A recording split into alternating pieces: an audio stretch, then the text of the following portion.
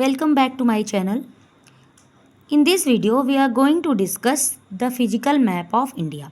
In the last video, we have discussed about the political map of India through which we knew the Indian states and its UTs.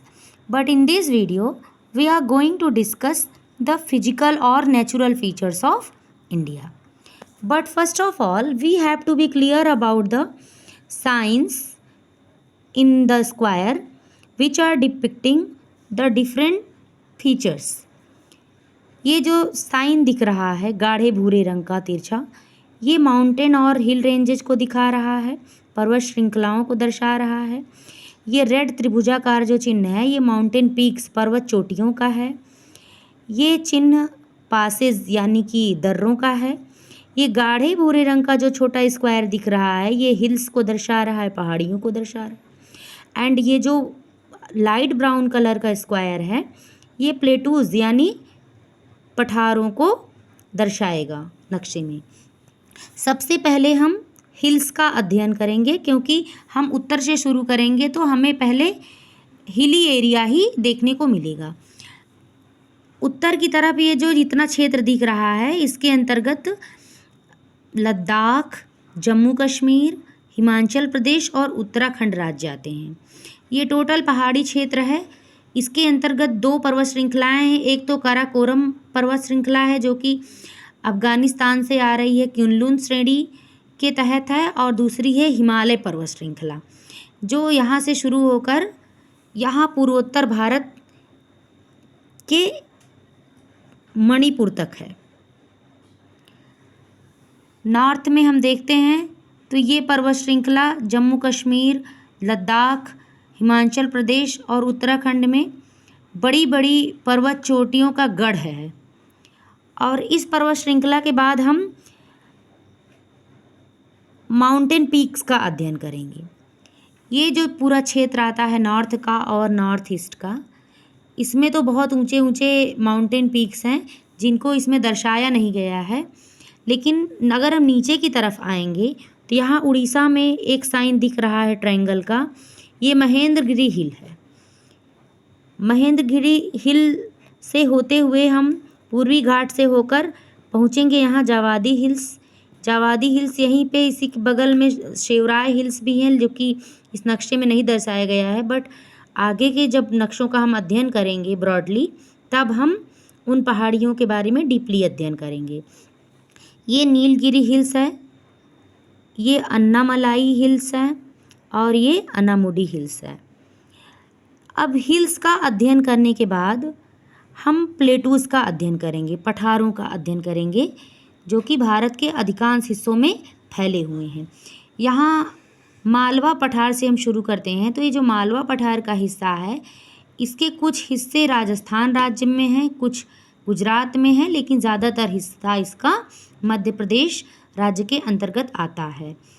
ये central highlands का क्षेत्र है, ये मध्य उच्च भूमि का प्रदेश है। इधर ये बघेलखंड का क्षेत्र आता है। ये छोटा नागपुर प्लेटो है, छोटा नागपुर का पठार है। इसके आगे हम आएंगे तो ये पूरा डेक्कन प्लेटो का एरिया है, दक्कन का पठार है। ये जो एरिया है ये तेलंगाना राज्य के अंतर्गत दक्कन प्लेटो है, तेलंगाना प्लेटो है। इन प्लेटोज़ का अध्ययन करने के बाद अब हम माउंटेन रेंजेस का अध्ययन करेंगे, पर्वत श्रृंखलाओं का अध्ययन करेंगे। तो इधर राजस्थान में एक पर्वत श्रृंखला हमें दिख रही है जिसे कहते हैं अरावली रेंज। ये राजस्थान से होकर दिल्ली तक फैली हुई है। मालवा के पठार के अंतर्गत ही ये पर्वत श्रृंखला है, उसी से सटी हुई है। उसके आगे हम बढ़ेंगे, यहाँ मध्य प्रदेश में हमें कई सारी माउंटेन रेंजेस दिखती हैं जिसमें है विंध्य रेंज, कैमूर हिल्स और मैकाल रेंज, इधर सतपुड़ा रेंज, महादेव हिल्स। ये देखिए विंध्य रेंज और ये सतपुड़ा रेंज के बीच से होकर नर्मदा नदी जा रही है, और इधर महादेव हिल्स और इधर सतपुड़ा रेंज, इसके बीच से ताप्ती नदी जा रही है। इन रेंजेस के अलावा इधर हम बढ़ेंगे उड़ीसा की तरफ तो ये महेंद्रगिरी रेंज है, ये महेंद्रगिरी पर्वत श्रृंखला है। और इधर हम आएंगे पूर्वी घाट पर, तो ये ईस्टर्न घाट पर्वत श्रृंखला है जो कि कई छोटे छोटे पहाड़ों से मिलकर बनी है। पूर्व में ये पूरा जो है पहाड़ी एरिया था, लेकिन चूँकि काफ़ी समय बीत गया है, ये काफ़ी प्राचीन पर्वत है, इसलिए अब कहीं कहीं इसके अवशेष ही मिलते हैं। ये ईस्टर्न घाट है और इधर ये वेस्टर्न घाट है। ये पश्चिमी पर्वत श्रृंखला है। इधर महाराष्ट्र से लेकर यहाँ कर्नाटका तक ये सह्याद्री हिल है और केरल के अंतर्गत जो ये पश्चिमी घाट का हिस्सा है इसे कार्डमम हिल्स कहते हैं। इन हिल्स का अध्ययन करने के बाद अब हम रिवर्स का अध्ययन करेंगे। रिवर्स का अध्ययन करने से पहले हम दर्रों के बारे में जान लेते हैं।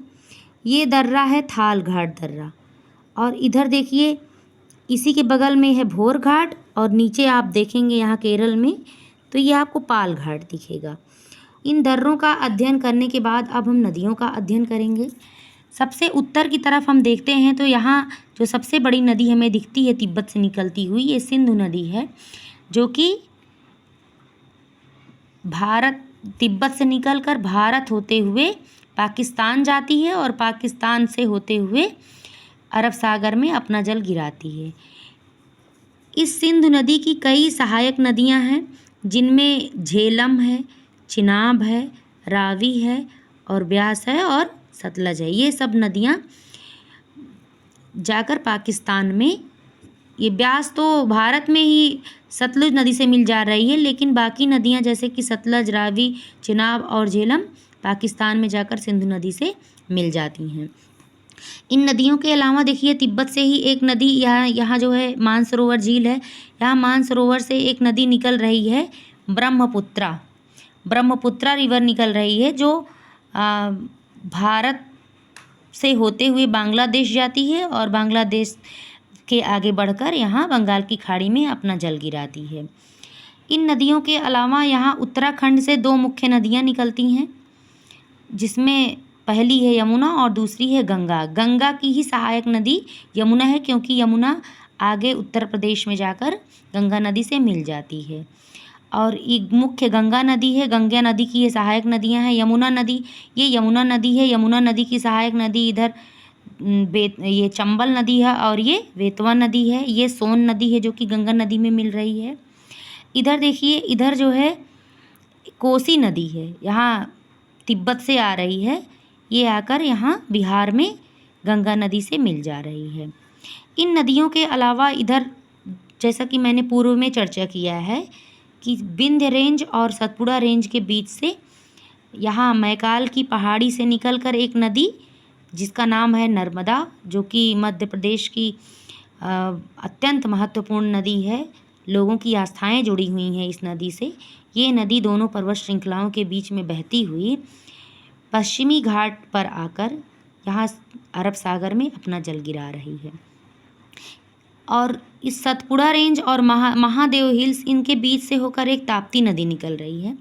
ये ताप्ती नदी भी पूर्व से पश्चिम की ओर यहाँ आकर अरब सागर में अपना जल गिरा रही है। इन मुख्य नदियों के अलावा उड़ीसा की तरफ हम आते हैं तो यहाँ पे एक नदी है महानदी। ये टोटल महानदी का बेसिन है, जो कि चावल का प्रचुर क्षेत्र है। यहाँ पे प्रचुर मात्रा में चावल पैदा होता है। ये महानदी है जो कि पश्चिम से पूर्व की ओर बहती है और यहाँ पूर्वी घाट पर आकर यहाँ समुद्र में बंगाल की खाड़ी में अपना जल गिरा रही है।